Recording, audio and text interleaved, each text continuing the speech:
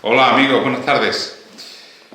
Continuamos con el videoblog que hicimos antes de ayer sobre el capitán Stanley Lord y el vapor de su mando, el Californian, que se supone que es el barco que estaba a la vista del Titanic mientras este se estaba hundiendo. Dejamos el relato a las 12 de la noche cuando el tercer oficial, Victor Groves, dejaba la guardia y entraban dos nuevos oficiales en el puente para hacer la guardia que va desde las 12 de la noche a las 4 de la mañana.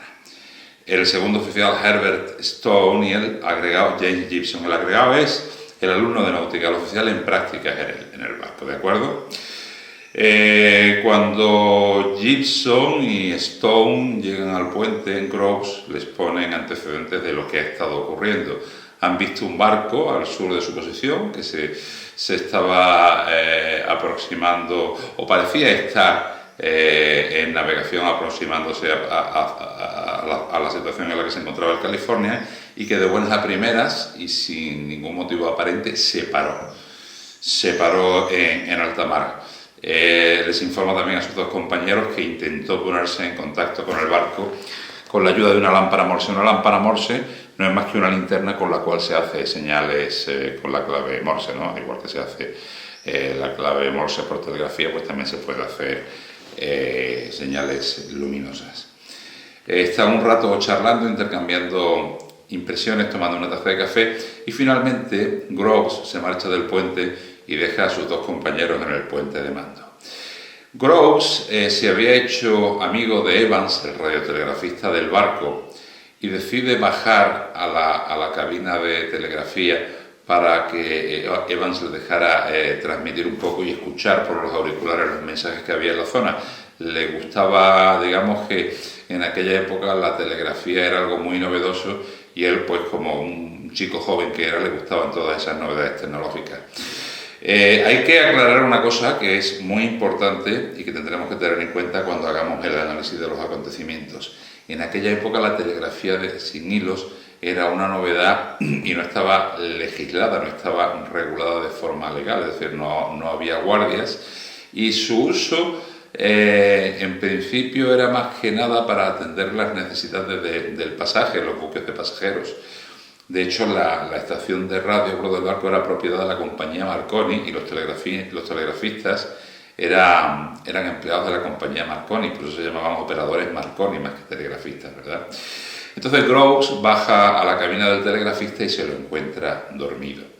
Intenta poner en marcha el aparato, el equipo Morse, pero el equipo de telegrafía, pero no lo consigue, y finalmente decide marcharse a su camarote a dormir antes que seguir molestando a su compañero que estaba durmiendo. En el puente de mando, los dos oficiales nuevos que habían entrado observan las luces del otro barco que seguía allí en la lejanía, y informan al capitán Lord de que no había novedad en cuanto a la posición del otro barco. Lord les dice que tiene intención de echarse un rato en el sofá del cuarto de derrota. Hasta ahora había estado leyendo y pendiente del barco que se había aparecido, y les dice que tiene intención de echarse a descansar un rato, que si hubiera alguna novedad que le llamaran. Esto es aproximadamente a la 1 menos 20 de la madrugada. A la 1 menos cuarto se produce un resplandor blanco en el horizonte que capta la atención de los dos oficiales, y con los prismáticos comprueban que se están empezando a lanzar cohetes de señales de color blanco.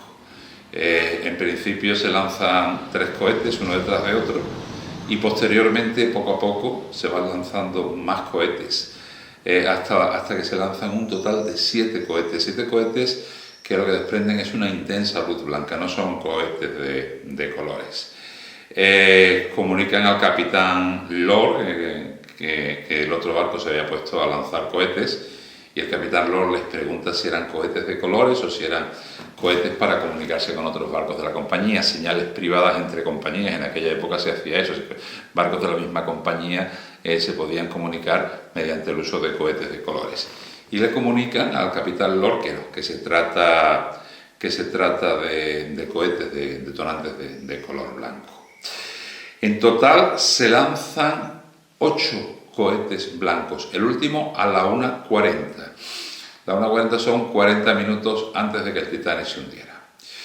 A las 2:20 de la mañana, el otro barco desaparece. Según comentarían después los dos oficiales, Gibson y Stone, en los últimos momentos, cuando miraban con los prismáticos a las luces de aquel extraño vapor, parecía como si una parte de él estuviera más alta que la demás, como si estuviera por fuera, hubiese salido del agua parte del barco. Eso fue un comentario que ellos hicieron.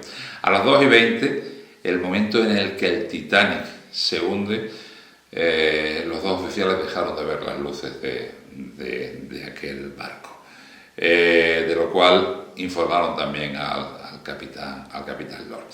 Y a las 3:20 de la madrugada, justo una hora después de que aquel barco hubiera desaparecido, aparece en el horizonte un nuevo cohete. Los dos oficiales rápidamente cogen los prismáticos y enfocan aquella zona, pero no ven nada. O bien el cohete está siendo lanzado desde un barco muy pequeñito, por ejemplo un bote salvavidas, o bien son cohetes que están siendo lanzados desde un barco que está todavía muy lejos, por debajo del horizonte. Es una guardia realmente agitada entre cohetes y sobresaltos y novedades. La guardia de aquella noche no se le olvidaría en la vida a aquellos dos oficiales, sobre todo a tenor de lo que iba a suceder, de los acontecimientos que iban a suceder después. A las 4 de la mañana entra de guardia, como ya os expliqué el otro día, a las 4 de la mañana empezaba una nueva guardia y entra el primer oficial del barco, George F. Stewart se llamaba. Este hombre no es un marino bisoño o un piloto joven que tiene que estar pidiéndole permiso al capitán para todo. Este hombre es un marino muy experimentado que ya ha estado de capitán y probablemente estuvo de capitán en el California haciendo relevos al capitán Lord, y es un hombre que conoce perfectamente su trabajo. Le ponen en antecedentes los dos oficiales salientes y Stewart se queda muy extrañado. Él hizo un comentario que fue determinante: un barco no se pone a tirar cohetes en alta mar así como así. Él tiene la firme sospecha de que algo muy grave ha sucedido.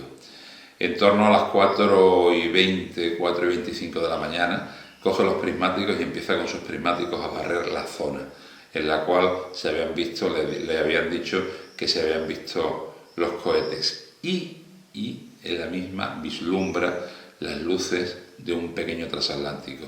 Ya al parecer había lo suficiente claridad como para ver que se trataba de un pequeño transatlántico con una sola chimenea.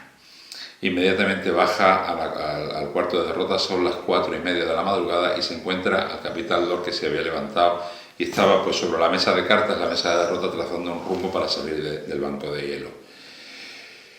Y le comunica que había avistado un transatlántico pequeño en la zona donde habían sido vistos los cohetes y que sería conveniente navegar hacia esa posición porque tenía sospecha de que algo grave había sucedido.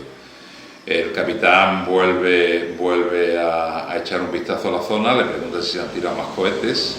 Stewart le contesta que no, y el capitán le responde que no ve ningún tipo de emergencia ni de urgencia que le haga pensar en la necesidad de que el California, estando en mitad de un banco de hielo, se dirija hacia esa zona para ver lo que había sucedido. Aquí os lo dejo.